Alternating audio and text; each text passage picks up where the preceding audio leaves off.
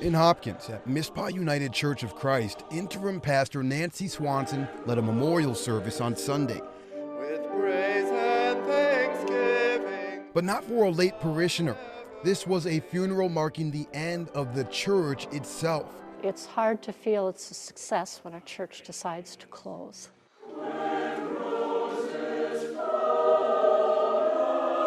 And around since 1888, Mizpah was a second home spiritually for generation after generation. But more recently, and especially after the pandemic, they've seen their aging congregation dwindle down to just about a dozen people on most weekends. So in an overwhelming vote back in May, they made the tough decision to move on. They just said, we want a graceful closing. Sunday was their final service, and longtime parishioners packed the room for the first time in a long time, leaving with a piece of the church, as many took with hymnals, Bibles, and other keepsakes. It's a sad but happy day. I mean, this church meant so much to this community.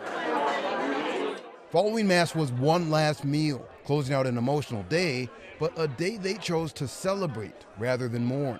The initial shock is gone, but still sitting there, it's hard to get used to. Mizpah's flock is scattering, and while each parishioner was given a list of 10 churches in the area, many still have no idea where they'll ultimately end up on Sundays.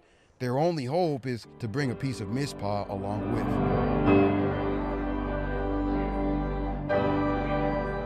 It was going to end sometime, and so we move on.